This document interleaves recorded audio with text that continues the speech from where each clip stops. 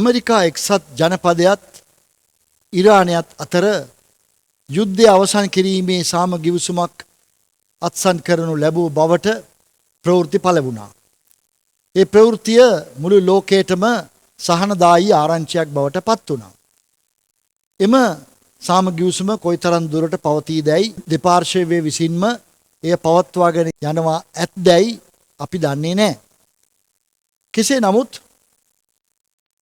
එතනදී යම් පැමිණිල්ලක් ඉදිරිපත් වුණා. හැමදෙනාම කිව්වා, නිරීක්ෂණය කෙරුවා එම ගිවිසුමට ඊශ්‍රායලය අයත් වෙලා නැහැ කියලා. සමහර පුවත් නිවේදන මාධ්‍ය විසින් ප්‍රකාශ කෙරුවා ඊශ්‍රායලය තනි වෙයි කියලා. මෙන්න මෙවැනි පසුබිමක් ඇතුව තමයි අද අපි මේ පැහැදිලි කිරීම කරන්නේ. ඒකට උචිත මාතෘකාවක් අපි තෝරාගෙන තිබෙනවා ඊශ්‍රායලයේ අවසානය කියලා. ඇතැම් විට එහෙම කියපුවාම ඔබට යම්කිසි කුතුහලයක් ඇති වෙන්න පුළුවන් කුමක්ද මේ ඔවුන්ගේ අවසානය කියලා. අපි මේ අවසානය ගැන කතා කරන්න පෙර ආතුව ඈත අතීතයේ ඊශ්‍රායල් රාජ්‍යය පිළිබඳව මදක් කෙටියෙන් වාක්‍යයක් දෙකක් කියමු. ආබ්‍රහම් නැමැති මනුෂ්‍යයා තම පියාවන තේරා සමග ජීවත් වුණේ මෙසපොතාමියානු ශිෂ්ටාචාරයේ. ඒ කාලයේ බොහෝ ක්‍රිස්තු පූර්ව 1500ක පමණ ඊටත් එහා. ඉතින් එම කාල වකවානුවේදී ඔවුන් දෙවියන් වහන්සේව හඳුනන්නේ නැතුව කල්දිවරුන්ගේ නුවරක් වන ඌර් නගරයේ සිටින බව තමයි බයිබලයේ කියලා තියෙන්නේ. ඉතින් මේ අවස්ථාවේදී දෙවියන් වහන්සේ විසින්ම තෝරාගනු ලැබ දෙවියන් වහන්සේ මහිමාන්විත දෙවියන් වහන්සේ විදියට ආබ්‍රහම්ට පෙනුණා. ඔහුගේ නම එතකොට ආබ්‍රහම්. එතනින් ඔහුගේ මුළු ජීවිතේම මහ විපර්යාසයකට භාජනය වෙලා ඔහු කැමති වුණා දෙවියන් වහන්සේ ඔහුට පෙන්වන රටට තමන්ගේ රට අතෑරලා එන්න. ඔහු එප්‍රාත් ගංගාව හරහා ඇවිල්ලා ඔහු පලස්තීන දේශයයි අද අපි හඳුන්වන කානාන් දේශයට පැමිණුණා. ඇත්තෙන්ම ඔහු හෙබ්‍රෙව් වරයෙක් කියන නම පට බැඳුනේත් ඒකයි. ගඟ තරණය කරලා ආපු තැනැත්තා කියන අදහස ඒ තේරුම ඇතුවයි. ඉතින් ඒ තමයි ඊශ්‍රායල් ජාතියේ ආරම්භය. ආබ්‍රහම්ගේ පුතා ඊසාක්, ඊසාක්ගේ පුතා යාකොබ්, යාකොබ්ට සිටියා පුත්‍රයන් 12 දෙනෙක්. ඒ 12 දෙනා තමයි ඊශ්‍රායලි ගෝත්‍ර 12 බවට පත් වුණේ. ඉතින් එදා ඉඳලම ඒ ආරම්භයේ ඉඳලම මේ ඊශ්‍රායල් ජනතාවට අපූරු අවස්ථාවක් උදා වෙලා තිබුණා. මුළු විශ්ව මවපු ජීවමාන දෙවියන් වහන්සේත් එක්ක සම්බන්ධතාවයක් ඇතුව ජීවත් වෙන්නට. ඉතින් මේ තමයි ඔවුන්ගේ අතීතය. ඊට පසුව ඔවුන් මිසරයට ගමන් කරලා මිසරයේ වහල්ලුන් වෙලා පසුව මෝසෙස්ගේ කාලයේදී මිසරයෙන් යලි නිදහස් කරනු ලැබ යලිත් කානාන් දේශයට පැමිණ ඔවුන් වෙනුවෙන් රජවරු පත් කරනු ලැබ ඔවුන් මෙසේ පරම්පරා ගණනාවක්ම කාලය ගත කෙරුවා. ඊට පසු අවසානයේ අපි දකිනවා ශුද්ධ බයිබලයේ ලියා තිබෙනවා මේ තොරතුරු යේසුස් ක්‍රිස්තුස් වහන්සේ මෙලොවට පැමිණීම ගැන. දෙවියන් වහන්සේගේ සදාකාලික පුත්‍රයාණන් මාංශවත් වී මේ ලෝකයට පැමිණුණා. උන්වහන්සේ පැමිණි විට ඒ පැමිණියෙත් ඊශ්‍රායල් ජනතාව අතරින්. නමුත් ශුද්ධ බයිබලයේ යොහාන් තුමා ලියලා තියෙන විදිහට උන්වහන්සේ ස්වකීයයන් වෙතට ආවා. ස්වකීයයෝ උන්වහන්සේව පිළිගත්තේ නැහැ කියන එක. ඉතින් මෙන්න මේ ලොකු වැරද්දක් මෙතනදී සිදු වුණා. මෙතනදී සිදු වුණේ යේසුස් වහන්සේව අවසානයේ රෝම ආණ්ඩුවට පාවා දෙනු ලැබ ඔවුන් විසින් කුරුසියේ ඇන ගසනු ලැබ මරණයට පත් කිරීම. තුන්වෙනිදා උන්වහන්සේ මළවුන්ගෙන් නැවත නැගිට්ටා. මෙන්න මේ සිද්ධිය තුල තිබෙනවා මනුෂ්‍ය සංහතියේ මිදීම සහ ගැලවීම. එනම් පාපයට කමාව ලැබීම. මේ නැතුව කිසි කෙනෙකුට දෙවියන් වහන්සේ දැන හඳුනා ගන්නට ලැබෙන්නේ නැහැ. නමුත් අද මාතෘකාව ඒක නෙමෙයි. යේසුස් වහන්සේව ප්‍රතික්ෂේප කිරීමෙන් අනතුරුව ඊශ්‍රායලට සිදු වුණේ මහා විනාශයක්. ඔවුන් ලොවේ සෑම ජාතීන් අතරට විසිරුණු ලැබ වසර 2000කට වඩා ගත කරලා ඔවුන්ගේ මේ මෑත අතීතය එනම් ඒක වර්තමාන කාලයට සම්බන්ධයි. එනම් ඔවුන් යලි තමන්ගේ දේශය වන කානාන් දේශයට ගලා එන්නට පටන් ගත්තා. ඇවිත් ඔවුන් 1948 ස්වාධීන ජාතියක් හැටියට තමාම ප්‍රකාශ කරනු ලැබ ඔවුන් බලවත් ජාතියක් වශයෙන් න්‍යෂ්ටික අවි ඇති ඒ වගේම යුද්ධ බලයෙන් ඊ타මත්ම ඉදිරියෙන් ඉන්න රහස් ඔත්තු සේවයෙන් ඊ타ම ඉදිරියෙන් ඉන්න විද්‍යාත්මක තාක්ෂණික දැනුම මහා ඉහළින් තිබෙන්නා වූ රාජ්‍යයක් හැටියට බලවත් වෙලා ඔවුන් සිටිනවා. ඉතින් මේ ඔක්කොම තිබෙන්න ඇද්දි බලන්න මොකද්ද ඔවුන්ගේ අද මේ ලෝකේ සමාජීය තත්වය. සෑම දෙනා විසින් සෑම ජාතීන් විසින් ඔවුන්ව හෙලා දකිනවා. ඔවුන් නපුරුයි කියලා කියනවා. ඔවුන්ව ප්‍රතික්ෂේප කරනවා. ඔවුන්ට විරුද්ධව පෙළපාලි යනවා. ඔබත් මේ දේවල් දැකලා ඇති, ප්‍රවෘත්ති වලින් හෝ දැකලා ඇති. මේ தત્ත්වය දැන් උදා වෙලා ඔවුන්ට තිබෙනවා. ඉතින් මෙසේ ඔවුන් කාලය ගත කරන අතරේ අපි ඊශ්‍රායෙල්හි අනාගතය සහ අවසානය ගැන මදක් බලන්නට ඕනේ. මෙතනදී මම පාදක කරගන්නේ සම්පූර්ණයෙන්ම සුද්ධ වූ බයිබලයේ තිබෙන වගන්ති. මම ඒවා ඔබට කියවගෙන යන්නයි යන්නේ. එවිට ඔබම තීරණයකට එළඹෙන්නට ඕනේ ඊශ්‍රායෙල්හි අනාගතය සහ අවසානය මොකක්ද කියන එක. දැන් වර්තමාන තත්ත්වය අපි දන්නවනේ. වර්තමානයේ ඔවුන් තනි රාජ්‍යයක් විදියට සිටිනවා. සෑම දිනාගේම විවේචනයේට ප්‍රතික්ෂේප කරනු ලැබීමට විරුද්ධ වීමට භාජනය වෙලා. විශේෂයෙන්ම අරාබි රටවල් වලින් මේ විරුද්ධතාවය පැමිණෙනවා. ඒ වගේම බටහිර රටවලත් ඔවුන්ට විරුද්ධව පෙළපාලි යනවා. නමුත් ඔවුන් තාමත් ස්ථිරව ඉන්නවා.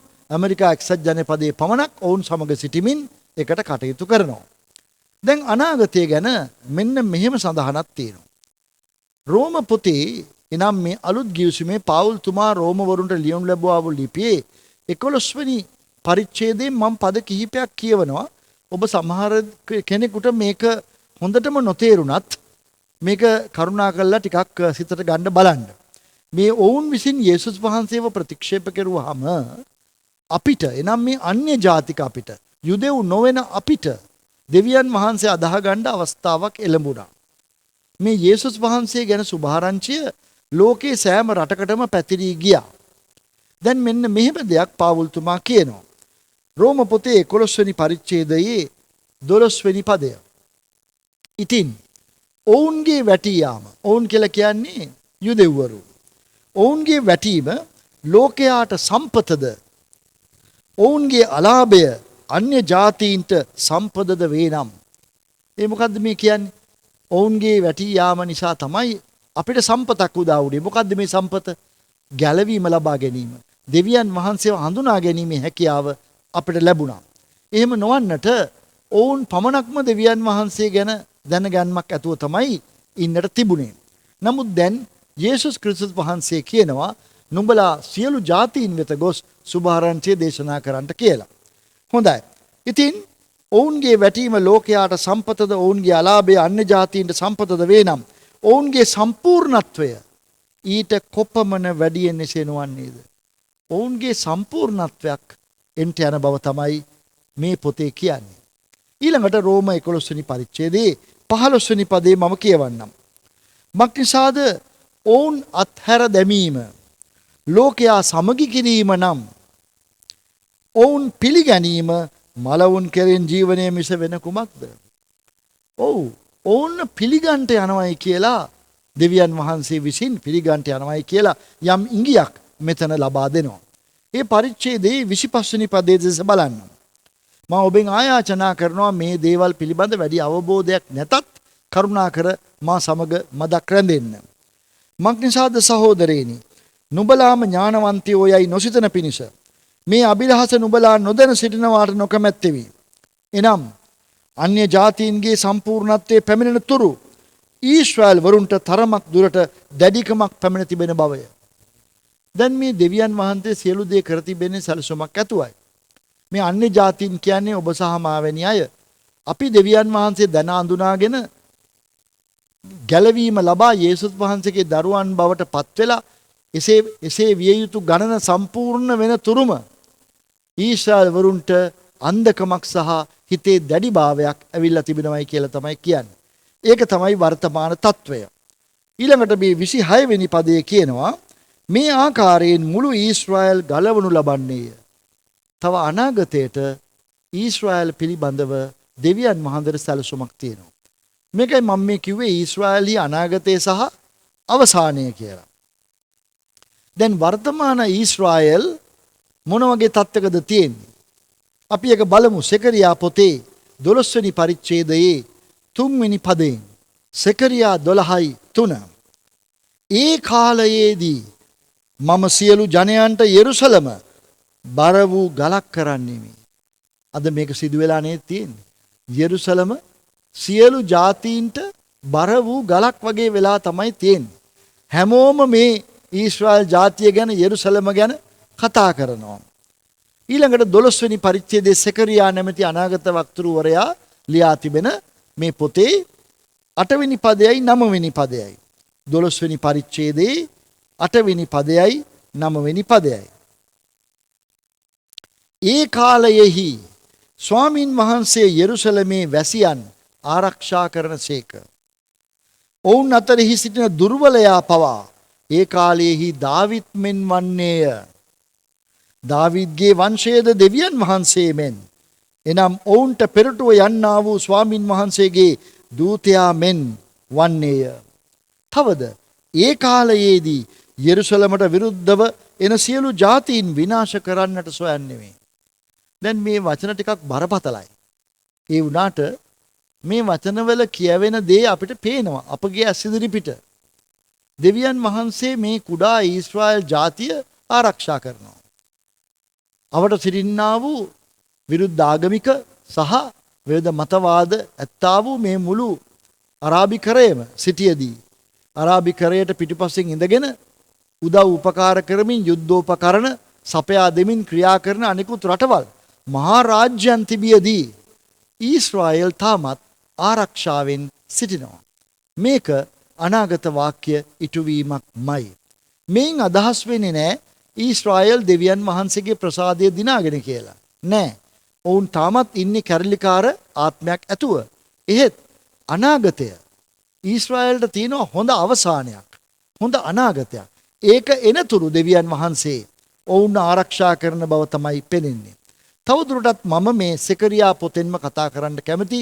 ඔබට බයිබලයේ පද ආරම්භ පෙන්වන්න කැමති ඊශ්‍රායලී අවසානය ගැන. 12 වෙනි පරිච්ඡේදයේ 10 සිට 14 දක්වා. දැන් මා කිව්වා බයිබලෙන් පද මම කියවගෙන යනවායි කියලා. මෙන්න දැන් ඒකයි කරන්න යන්නේ. ඔබම තීරකයා වෙන්න. දාවිද්ගේ වංශය කෙරෙහිද යෙරුසලමේ වැසියන් කෙරෙහිද කරුණාවේ හා කනලව් කිරීමේ ආත්මය වගුරුවන්නෙමි. ඔවුන් තමුන් විසින් ඇන්නා වූ තනත්තා වන මා දෙස බලා සිට එකම පුත්‍රයෙකු ගැන වැළපෙන්නාක් මෙන් උන්වහන්සේ ගැන වැළපෙනවා ඇත. කුළුදුලා ගැන ශෝක වන්නාක් මෙන් උන්වහන්සේ ගැන ශෝක වෙනවා ඇත. මෙන්න මේ 10 වෙනි පදේ ඉඳන් 14 වෙනි පදේ වෙනකන් තියෙන්නේ ඊශ්‍රායල්ගේ වැළපීම. ඔවුන් කවුරු දිහාද බලනවායි කියන්නේ? තමන් විසින් ඇන්නා වූ තනත්තා. කවුද මේ? යේසුස් වහන්සේ. ප්‍රතික්ෂේප කරලා කුරුසේ ඇනගසපු තනන් වහන්සේ. උන්වහන්සේ දිහා බලලා ඔවුන් දැන් වැළපෙනවයි කියලා කියනවා. මේ සිද්ධිය සිදුවන්නේ මේ අපි ජීවත් වන කාලවකවානුවේ අවසානයේටයි. ඒට කියනවා යේසුස් ක්‍රිස්තුස් වහන්සේගේ දෙවෙනි පැමිණීමේ අවස්ථාව කියලා. ඒ කාලයේදී උන්වහන්සේ ඔවුන්ට පෙනෙන්න අහසේ වලාකුළු මත එනකොට ඔවුන් වැළපෙන්න පටන් ගන්නවා. මෙතනින් තමයි දෙවියන් වහන්සේත් එක්ක ඔවුන් සමාදාන වෙන්නේ, සමගි වෙන්නේ. මෙන්න ඔවුන්ගේ අවසානය දැන් පටන් ගන්නයි යන්නේ. අපි ඒක තව ටිකක් බලමු. ඒ කාලයේ පරිසරය පිළිබඳව. සෙකරියා පොතේ 14 වෙනි පරිච්ඡේදයේ 2 වෙනි පදයේ 3 වෙනි පදයේ සහ 4 වෙනි පදය. එසේය මම යෙරුසලමට විරුද්ධව සියලු ජාතීන් යුද්ධයට රැස් කරන්නෙමි. මෙහෙම දෙයක් තාම සිදු වුණේ නෑ නේද? සියලු ජාතීන් යුද්ධයට රැස්වීම ඇමරිකා එක්සත් ජනපදයට ඇතුළුව. ඔව්. මේ ඊයේ පෙරේදා ප්‍රවෘත්තිවල ඊශ්‍රායලය තනි වෙයි කියලා අර ප්‍රධාන ශීර්ෂ පාඨයක් වැටුනහම අපිට මේක මතක් වුණා. ඇමරිකා එක්සත් ජනපදයේ ඊශ්‍රායල් අතහැරියොත් මොකද්ද වෙන්නේ කියලා. ඉතින් කෙසේ නමුත් සියලු ජාතීන් අවසානයේදී එනවා. ඉතින් එවිට ලොකු විනාශයක් වෙන බවත්, ගෙවල් කොල්ල කනවා, නුවර අසු වෙනවා, ස්ත්‍රී බලහත්කාරකම් කරනවා, නුවරුන්ගෙන් දෙකෙන් කොටසක් වාලට යනවා, බොහෝ දෙනෙක් විනාශ වෙන බව තමයි එතන ප්‍රකාශ කරලා තිබෙන්නේ. එවිට තුන්වෙනි පදය මෙන්න මෙහෙම දෙයක් කියනවා. මේ සියලු කලබගෑනි අතරේ මොකද්ද වෙන්නේ? තවද ස්වාමීන් වහන්සේ පිටත් වී උන්වහන්සේ යුද්ධ කළ සටනේ දවසේදී මෙන් ඒ ජාතීන්ට විරුද්ධව යුද්ධ කරනවා ඇත. මෙන්න ඊශ්‍රායල්ගේ අවසාන භාගයේ දැන් ඇවිල්ලා. යේසුස් ක්‍රිස්තුස් වහන්සේ පොළවට එන්න යනවා මිනිස්යන්ගේ අස්පනා පිටම. උන්වහන්සේ එන්නේ ඊශ්‍රායල්ට විරුද්ධව රැස් වුණා වූ ඒ මහා හමුදාවන්ට එරෙහිවයි. අවසානයේදී ඒ සිද්ධිය සිදුවෙන්ට යනවා. මේකට කියනවා යේසුස් ක්‍රිස්තුස් වහන්සේගේ එළිදරව් වීම කියලා. උන්වහන්සේගේ දෙවෙනි පැමිණීමේ දෙවෙනි කොටස කියලා. ඉතින් එවිට දෙවියන් වහන්සේ ප්‍රකාශ වෙනවා ඊශ්‍රායල් වරුන්ට පමණක් නොවේයි, මුළු ලෝකයටම, සියලු රටවල් වලට. මේක මීට පෙර ඔබ සවන් දී නැති කතාවක් නම් මේක අමුතු වෙන්න පුළුවන්. නමුත් මේක අපි අනිවාර්යයෙන්ම දන්නවා නියත ලෙසම සිදු වෙනවයි කියලා. ඔව්, එවිට මේ යේසුස් ක්‍රිස්තුස් වහන්සේ පොළොවේ සැබෑ රජතුමා බව කවුරුත් දැනගන්නට පැමිණෙනවාමයි. එතකොට සිදුවෙන අමුතු දෙයක් ගැන කියලා තියෙනවා. ඒ කාලයේදී උන්වහන්සේගේ පාද යෙරුසලමට ඉදිරිපිටින් නැගෙනහිරට තිබෙන ඔලීව කන්ද පිට සිටිනවා ඇත.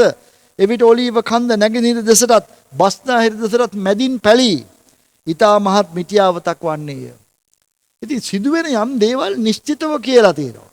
මේ අඩමානයට අනුමාන කරලා කියා තිබෙන අනාගත වාක්‍ය නොවේ. යේසුස් ක්‍රිස්තුස් වහන්සේ රජකම් කිරීම සඳහා පැමිණීම තමයි මෙතන තිබෙන්නේ. පස්වෙනි පදයේ අන්තිම පේලිය බලන්න. එහි කියනවා මාගේ දෙවි වූ ස්වාමින් වහන්සේද ඔබ සමග සියලු ශුද්ධවන්තයන්ද එනවා ඇත. පොළවට යලි පැමිණෙනවා යේසුස් වහන්සේ ස්වර්ගයේ සිටින්නා වූ ජනතාව සමග යලි පැමිණීම තමයි මෙතන තියෙන්නේ. මේ ලෝකයේ අනාගතය බයිබලයේ ලියා තිබෙනවා. ප්‍රිය මිතුරු මිතුරියනි, මේක තමයි සිදුවෙන්ට යන දේ. යේසුස් වහන්සේ බිලින්දෙක් වශයෙන් ආයේ පැමිණෙන්නේ නැහැ.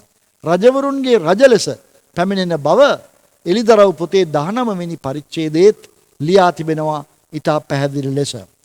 ඉතින් උන්වහන්සේ එන්නේ රජකම් කරන්න. මම තවත් පදයක් කියවන්නම් 14 වෙනි පරිච්ඡේදයේම 9 වෙනි පදය. මෙන්න බලන්න. ස්වාමින් වහන්සේ මුළු පොළොව කෙරෙහි රජව සිටිනවා ඇත. ඒ කාලයේහි ස්වාමින් වහන්සේ පමණක්ම දෙවිව සිටිනවා ඇත. උන්වහන්සේගේ නාමය පමණක්ම ඇතිවන්නේය. මේක සමහර විට සිදුවෙන්න බැහැයි කියලා ඔබ ඇතමෙකුට සිතෙයි. නමුත් බයිබලය නිතර පරිහරණය කරන අපිට නම් මේක පෙනෙනවා. මීට පෙර තිබුණු අනාගත වාක්‍ය ඉටු වුණාක් මෙන් මේකත් සිදු වෙනවයි කියලා. මොකද්ද මේ ඊතා නිර්භීතව ප්‍රකාශ කරන මේ වගන්තිය? එහි කියනවා යේසුස් වහන්සේ තමයි ස්වාමින් වහන්සේ කියන්නේ. මුළු පොළව කෙරෙහි රජව සිටිනවා ඇත. දැන් මෙන්න මේ කාලයේ පැමිණුනහම ඊශ්‍රායෙල් ජනතාව වැළපෙමින් දෙවියන් වහන්සේ සමග සමාදාන වෙනවා. තමා විසින් කුරුසේ යන ගැසුණු ලැබුවා වූ යේසුස් වහන්සේ සමග ඔවුන් සමාදාන වෙනවා. උන්වහන්සේගේ ඉදිරිපිට වැළපෙමින් ඔවුන් සමාදාන වෙන බව මෙතන ලියලා තියෙනවා. ඉතින් ඊට පස්සේ සිදුවෙන දේවල් පිළිබඳව ඔබත් කැමති නම් කියවලා බලන්න. සෙකරියා 14 වෙනි පරිච්ඡේදයේ 16 වෙනි පදයේ සිට 18 වෙනි පදයේ දක්වා තිබෙනවා.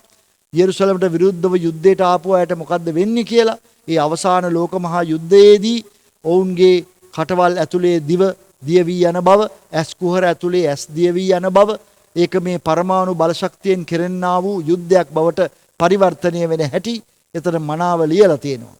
නමුත් අවසානයේදී කුමක්ද වෙන්නේ? යේසුස් ක්‍රිස්තුස් වහන්සේ පොළවට පැමිණ අවුරුදු 10ක රාජ්‍ය කාලයක් මේ පොළොවේහි ආරම්භ කරනවා. ඔව්, භෞතික රාජ්‍යයක්, දේශපාලනමය රාජ්‍යයක්. අද අපි මොන ආකාරයේ රටවල් වලට බෙදී හිටියත්, මොන දේශපාලන මතිමතාන්තර ඇතුව අපි මේ කෙටි කාලය තුල අපි උදා මැනුවත් මතක තබා ගන්න. මේ පොළොවේ අවසාන රජතුමා යේසුස් ක්‍රිස්තුස් වහන්සේ. ඒක අපි කරන දෙයක් නෙමෙයි. ඒ ගැන අපිට මුකුත් කරන්න බෑ. ඒක දෙවියන් වහන්සේ කරන දෙයක්. යේසුස් වහන්සේ මේ පොළොවට පැමිණෙනවා. එවිට මං කිව්වා ඊශ්‍රායල් ජාතියේ අනාගතය සහ අවසානය කියලා. අවසානය තමයි ඊශ්‍රායල් ජාතිය යේසුස් වහන්සේ සමග සමාදාන වුණාම ඔවුන් පොළොවේ අංක 1 ජාතිය බවට පත් වෙනවා. එයට තවත් බොහෝ සාක්ෂි බයිබලයේ විවිධ තැන්වල තිබෙනවා. ඉතින් ඔවුන්ගේ අනාගතය දීප්තිමත්. දැනට ඔවුන් ඉන්නේ මහා කලබගෑනියක් මැද. නමුත් යේසුස් ක්‍රිස්තුස් වහන්සේගේ රජකම් කිරීම පටන් ගත්තාම ඔවුන් මේ ලෝකේ පළවෙනි ජාතිය හැටියට ප්‍රධාන ජාතිය හැටියට සිටිමින් අනිත් සියලු ජාතීන්ට ජීවමාන දෙවියන් වහන්සේ දැන ගැනීමට ආලෝකයක් මෙන් සිටින්නට යනවා. එම කාල සීමාව අවුරුදු 1000යි. ඒ අවුරුදු 1000ට පසුව සිදුවන්නේ කුමක්දයි ඔබ ඇතමෙක් කුතුහලයෙන් ඉන්නවා ඇති. ඒ සිදුවෙන දේ නම් සදාකාලය ආරම්භ වීමයි. ඒ පිළිබඳව අපි දැන් කතා කරන්නට යන්නේ නැහැ. කාලය ගත වීම අවසන් වෙනවා. සදාකාලය ආරම්භ වෙනවා. ඉතින් එහෙනම් දැන් අන්‍ය ජාතික මිනිස්යන් වන අපිට තිබෙන හොඳම විකල්පය මොකක්ද? හොඳම තෝරා ගැනීම මොකක්ද? අන්තිමට ජයග්‍රහණය කරන්නා වූ යේසුස් ක්‍රිස්තුස් වහන්සේගේ පැත්තට සේන්දු වෙන එකයි. උන්වහන්සේව අදහා ගන්න එකයි. උන්වහන්සේ කුරුසිය මත කළා වූ පූජාව විශ්වාස කරන එකයි. ප්‍රිය මිතුරු මිතුරිය, එසේ කරන්නට දෙවියන් වහන්සේ ඔබට කරුණාව දෙනසේක්වා. මේ පිළිබඳ විස්තර දැන ගැනීමට අවශ්‍ය නම් කරුණාකර අදහස් දැක්වීමේ කමෙන්ට් කොටසේ ඔබගේ ප්‍රශ්නය ඉදිරිපත් කරන්න කියලා මම ඉල්ලා සිටිනවා. ස්තුතියි.